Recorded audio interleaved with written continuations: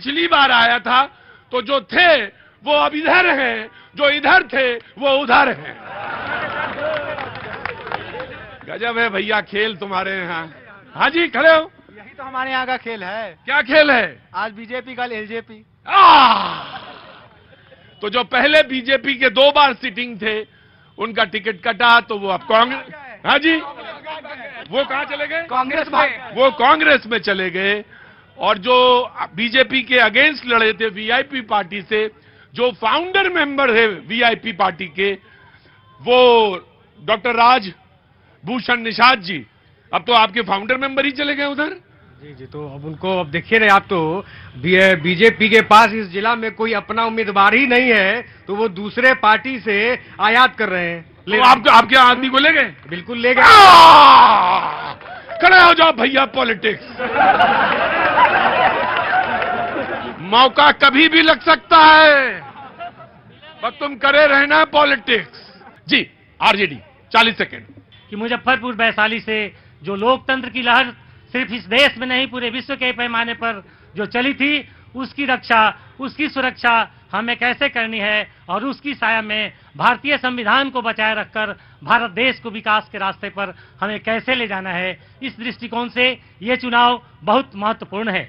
दूसरा, जो बीजेपी की बात है, बीजेपी का परिवारवाद के संदर्भ में, भ्रष्टाचार के संदर्भ में दोहरा मापदंड है।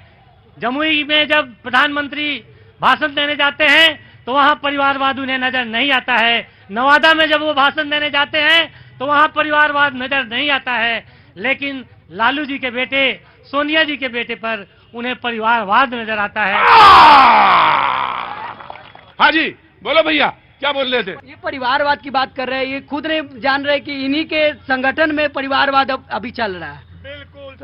हर परिवार में सबको टिकट दिया जा रहा है, कोई बेटी को दे रहा है, कोई दामाद को दे रहा है। आप परिवारवाद बीजेपी को बोल रहे हैं।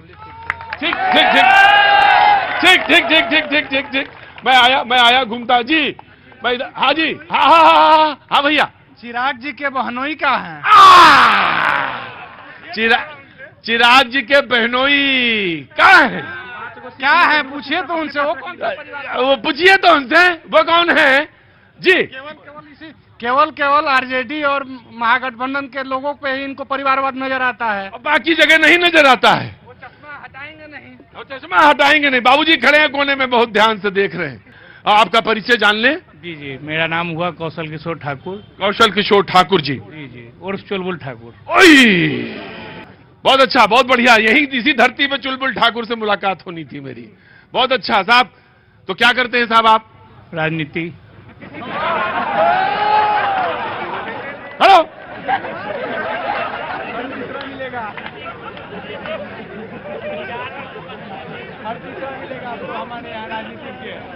गुरु तुम्हारे कौन है? नरेंद्र मोदी। गुरु तुम्हारे नरेंद्र मोदी हैं और हर आदमी यहाँ पर राजनीति करता है। वाह साहब, क्या बात है। खैर, उनमें और उनकी उम्र में बहुत फर्क है। जी साहब बोलिए। हमारे राष्ट्रीय अध्यक्ष आदरणीय चिराग पासवान जी ने नारा दिया है बिहार फर्स्ट और बिहारी फर्स्ट। इससे पहले जितने भी दल थे, किसी ने यह नारा नहीं दिया कि बिहार फर्स्ट हो और बिहारी फर्स्ट हो। पहले राष्ट्रीय अध्यक्ष आदरणीय चिराग पासवान जी हैं जिन्होंने नारा दिया है कि बिहार फर्स्ट तब बिहारी फर्स्ट। इस मिशन में हम लोग लगे हुए हैं। बिहार फर्स्ट और बिहारी फर्स्ट। नमस्ते। हाँ जी, आ गया। अरे रुको रुको, वहीं खड़ा रहो चुपचाप। नमस्ते, क्या नाम है? मेरा नाम कोमल भारद्वाज हुआ जी। क्या करती हैं? जी, मैं पीजी स्टूडेंट हूँ। पीजी स्टूडेंट है। कुछ बोलना चाहते हैं इलेक्शन पे, या इलेक्शन को छोड़ो मारो गोली? अगर मैं बात करना चाहूंगी तो यहाँ के विकास के बारे में बात करना चाहूंगी। बिल्कुल, जरूर बोलो। जैसे कि यहाँ एयरपोर्ट आने वाला था जो कि नहीं आया। हाँ। पताई हवाई अड्डा पे। हाँ। तो अगर वो आए तो बेहतर है हमारे लिए, मुजफ्फरपुर के लिए। जी, वो एयरपोर्ट आने वाला था, वो नहीं आया। अगर एयरपोर्ट आ जाता तो बहुत अच्छा होता। विकास के तमाम सारे रास्ते खुलते हैं यातायात से, है ना भैया जी? हाँ, खड़े होइए। क्या काम करते हैं? हम तो दहेज जी की राजनीति से जुटे हुए हैं। अरे पूरा कुएं में भागे। 2001 से लेके 2006 तक निर्विरोध मुखिया रहे पंचायत का। मेरा नाम रामानंद सहनी है। ये जगह जो है मुजफ्फरपुर उत्तरी बिहार में दहेज जी की मेरा नाम है। हाँ, आपको 95 से नाम सुनते हैं, देखते हैं भैया जी, आपका 95 से देख रहे हैं, 1981 में। हम भी तो राजनीति में है ना। तो राजनीति में है तो आपको बड़ी ध्यान से सुनते हैं, हर डिबेट सुनते हैं आपका। हम 1981 से जय जी की 82 से आपका बीबी सिलंदर सुनते थे, आपको तो जया से शुरू है तैया से सुनते हैं आपका।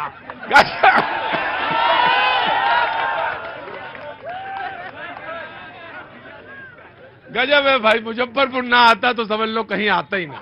40 सेकंड कांग्रेस के समीर कुमार जी। जी 40 सेकंड आपके। जी यहाँ पर अभी देश के पास पहले तो बताइए कैंडिडेट कौन आ रहा है आपका? मेरा कैंडिडेट अभी दिल्ली से फैसला नहीं हुआ है, और ट्रेन तो खुल गई है ना उधर से? ट्रेन खुल गई है, लेकिन समय से और सही कैंडिडेट का फैसला होगा। भाई सुनिए, मैंने ये नियम बनाया था। यहाँ पर जो अभी समस्या गिना रहे हैं कि पताही हवाई अड्डा का, तो अभी मोदी सरकार में जैसा कि पूरा देश में देखने को मिल रहा है कि वहाँ पर 2 ही लोग कहते हैं और 2 ही लोग सुनते हैं, और उसके सिवा सांसद, विधायक, मंत्री, संतरी किसी का भी नहीं सुना जाता है, जिसके कारण यहाँ पर प्रधानमंत्री आकर के कह दिए कि हवाई अड्डा बनेगा, और यहाँ के जो पूर्व विधायक थे वो तो चले गए थे, मिठाई बांट करके आ गए थे कि पता ही हवाई अड्डा खुल गया। और एक मेट्रो के प्रोजेक्ट के इंजीनियर को पटना से पकड़ कर चुनाव के समय ले आए और कहे कि यहाँ पर तो पूरा नक्शा पास हो गया। जनाब देखिए, इनके जो युवराज हैं, जो बता रहे हैं कि विश्व में कहीं कोई 4000 किलोमीटर यात्रा नहीं किया है, जो इनके जो युवराज है वो यात्रा करने नहीं गए थे। वो अब फिर क्या कर रहे थे? न्याय यात्रा। वो सुनिए ना, वो न्याय यात्रा नहीं, वो अन्याय यात्रा में निकले हुए थे, क्योंकि उनको जो है, उनको कहीं से भी उत्तर भारत में कहीं से भी उनको जगह नहीं मिला। मुस्लिम लीग से वायनाड में जा करके गठबंधन करके और चुनाव लड़ने के लिए वहां गए हैं। ये अन्याय यात्रा करने के लिए गए हैं। ये राष्ट्र विरोधी ताकत के साथ ये लोग गलबहिया करते हैं। जितने भ्रष्टाचारी है, जितने कुछ जेल के अंदर बंद है, जो जेल के गेट पर खड़ा है, जो बेल पर है, जो बेल लेने के लिए कचहरी में दौड़ रहा है, ये उन लोगों के गठबंधन के नायक बने हुए हैं। ये लोग कहते हैं कि हम लोग अन्याय काल में जी रहे हैं, तो अभी उत्तराखंड में एक बीजेपी कार्यकर्ता के बेटी का बलात्कार बीजेपी का विधायक करता है, और ये क्या है? और कौन बोलेगा उस बीजेपी कार्यकर्ता के बेटी की इज्जत के सवाल पर? कौन आवाज उठाएगा? ये मोदी सरकार में नारियों की भी कोई इज्जत नहीं है। और सर मेरा सवाल है नीतीश कुमार से। नीतीश कुमार कहते हैं कि बिहार में महिलाओं के लिए 50% आरक्षण की बात करते हैं, तो 16 सीट उनको लोकसभा का मिला है। कितनी महिलाओं को वो सीट दी है? 50% कहां से है कि महिला को कहां 50% सीट दी है? हर फील्ड में होना चाहिए। उनके पास बिहार में 243 विधानसभा सीट है, कितनी महिलाओं को वो सीट देते हैं, विधानसभा हो या लोकसभा में? बोलो। मेरा सवाल यह है कि जितने भी सांसद और विधायक हर साल चुने जाते हैं, उनको पेंशन क्यों दिया जाता है? हर साल एक देश पर नया बोझ क्यों पड़ता है? और जो 60 साल तक नौकरी करता है उनका पेंशन बंद कर दिया गया, और उनको इतना ऐशो आराम क्यों दिया जाता है कि वो एकदम खकपति रहते हैं और 5 साल में ही अरबपति हो। क्या नाम है आपका? रामकृष्णा सिंह। रामकृष्णा सिंह इलेक्ट्रीशियन हूँ, मैं दुबई रिटर्नर हूँ, सऊदी रिटर्नर हूँ। एक भी ऑफिस नहीं है जो दलाली नहीं करता है, और भारत सरकार ये नहीं कहती है कि जिला में ही ऑफिस रहे जो विदेशों में जाकर काम करने वाले वर्करों को सहूलियत हो। 1-1 लाख रुपया दिया जाता है बॉम्बे में जाकर के, फिर भी उसको हकामा नहीं मिलता है, वो अरबी के पास भेज देता है। कंपनी में फॉल्ट होता है। क्या नाम है आपका? रामकृष्णा सिंह।